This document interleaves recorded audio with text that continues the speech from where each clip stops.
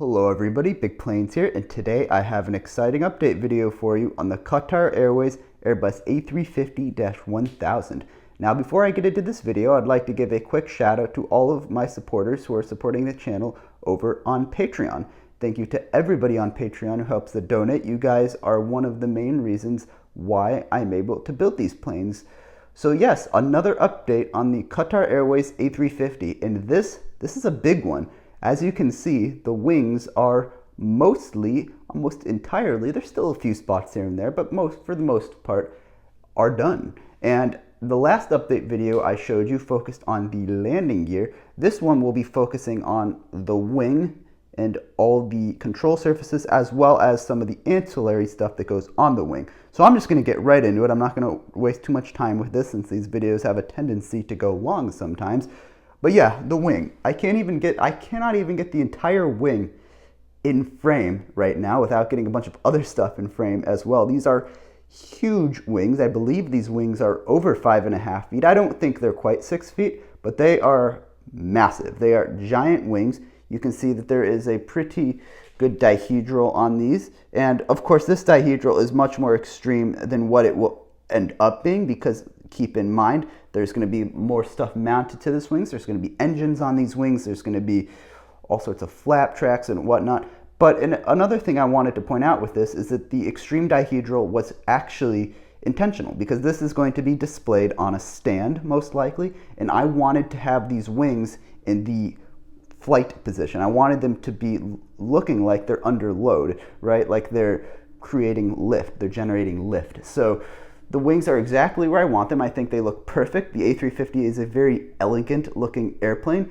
They're going to come down a little bit probably as more weight is added, but like I said in the last video, this wing box is pretty massively over-engineered. This wing box probably has the same amount of strength in it as the A380 wing box, but of course these wings aren't nearly as thick and heavy as the A380 wings were. So yes, I finally got those wings in. I've also done a fair bit of work around the wings. Some areas I might swap out, like I'm not sure about these tiles right here. I might swap these with something else. But other than that, everything here has been molded. It's all nice and seamless now. The underside of the wings have also been worked on quite a bit. You can see that right there is where the engines are going to be mounted right there. So obviously the pylons have yet to be mounted, but you can see that the underside of the wing is pretty much tiled. There's still a couple of spots here and there that still need to be filled in, and I'm waiting for those parts to arrive. You can see them over here, if I can point right here and right here. So these spots, I'm still waiting for parts to arrive for those. But other than that, the entire underside of the wing is tiled. And of course, I will show you this up close and in detail during the final video for this, where I go through and show you all of the features. But yes, getting this wing to be smooth, seamless, fully tiled, and looking very elegant was really my main goal with this plane. I know there are a lot of people that wanted to see the flaps and the spoilers and the landing gear motorized. And if you're one of those people, I've already done that. I've motorized the landing gear on my DC-10 model, which was the last wide body I built. And for those of you who've been a fan of the channel for a real long time, will remember that my A380 that I built all the way back in 2020 had motorized flaps and spoilers. So I've already motorized these things. They usually have a trade-off involved. So if I decide to motorize the control surfaces, that usually comes at the expense of something else, whether it be structural integrity or weight or cost or whatever it might be, or just general sturdiness of the build. I want this to be very sturdy. So yeah, I've decided to just go ahead and motorize the engines on this one, and I will also have full lights on this as well. Again, if you want to see my motorized landing gear or flaps, go check out the DC-10 and the A380. That does not mean that I will not motorize another plane in the future. That just means that I am not motorizing this one. So I'm going to try to show you the flaps the best that I can here. I'll get you a nice angle on these. You can see that they look pretty good. Like this. Again, still missing some flap tracks, so it doesn't look quite right without the flap tracks. Although I do have one prototype flap track right here. It can be kind of hard to see it. I might have a better angle from the front on that, actually. Again, keep in mind right here We are missing the pylons that the engine's attached to, but that is a prototype flap track that I have developed. I might make some minor changes to it here and there, but I am planning on copying and pasting those flap tracks along the entire length of the wing. And I apologize for the focus racking issue with my finger there. But yeah, so the flap tracks are going to be going in soon. The main flaps and spoilers are all coming along very nicely. You can see here, I'll just demonstrate maybe this outboard flap here. These basically slide in, and without the flap tracks, they kind of want to droop down a bit, but that's okay. And then these come in like that. So I'm going to have to kind of hold this under here so you can see it, but that's what those look like. And of course, same thing with the inboard flaps.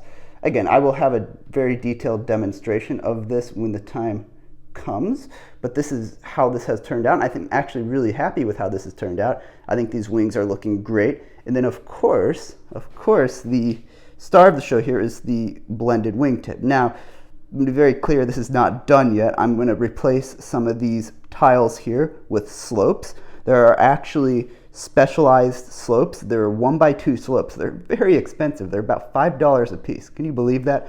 But they exist in white and in gray. So I will be replacing these with 1x2 slopes so that we get this nice curve in here. I don't like this as jagged. I don't like that. I'm not usually a huge fan of using bricks for the leading edge of wings because I think that usually looks kind of blocky and ugly. But for this case, it worked out the best. And again, these will be swapped out once those parts arrive with actual slopes. So this will look a lot cleaner and smoother.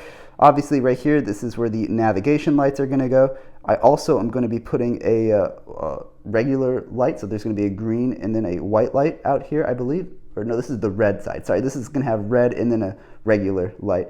So you can see some of the wires here sticking out. They haven't been fully integrated yet. That, of course, will be fully integrated. And I'm actually pretty happy with the general shape of these blended wingtips.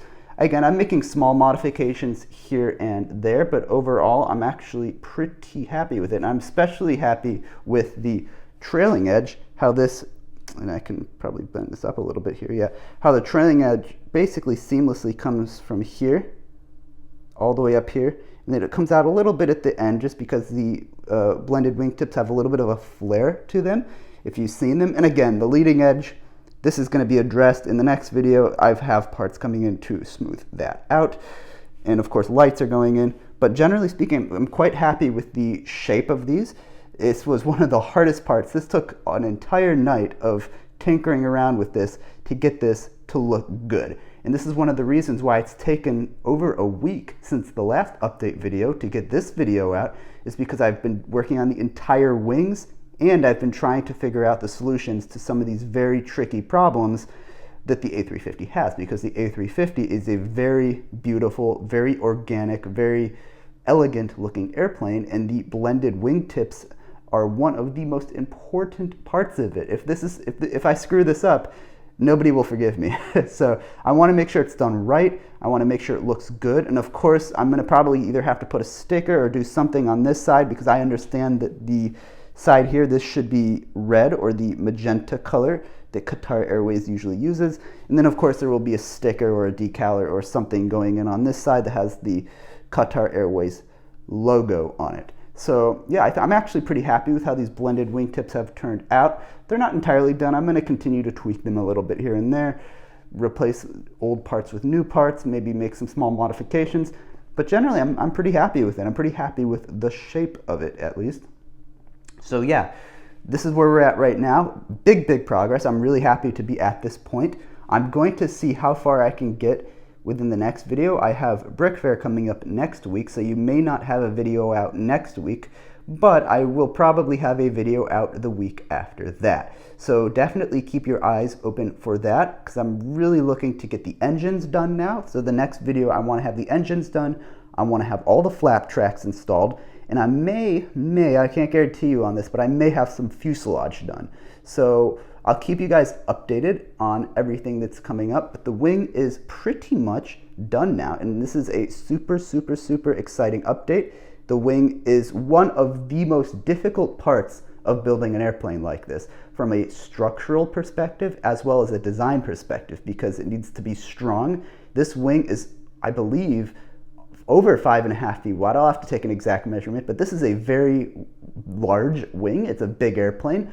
So making that work, and of course this is a very heavy wing because it has tiles and bricks on side construction for the top, and it has tiles underneath, which makes it extremely heavy, which then requires in turn even more support in the wing box to keep it all held up. And then of course that puts more strain on the landing gear. So it's a chain process. So all of this needs to be taken into consideration when designing a plane like this. But yes, the next update, I'll hopefully have the engines, I'll have some flap tracks, and I may even have some fuselage. So I hope you guys enjoyed this video. If you have any comments about any suggestions or anything you'd like to know, just leave that down in the comment sections below, and I will try my best to answer it. I'm not able to get back to everybody, but I do try my best to respond to as many comments that are well thought out as I can. So yep, that's going to be it for this video. If you have any questions or concerns, leave them in the comment section below, and I will see you in the next one.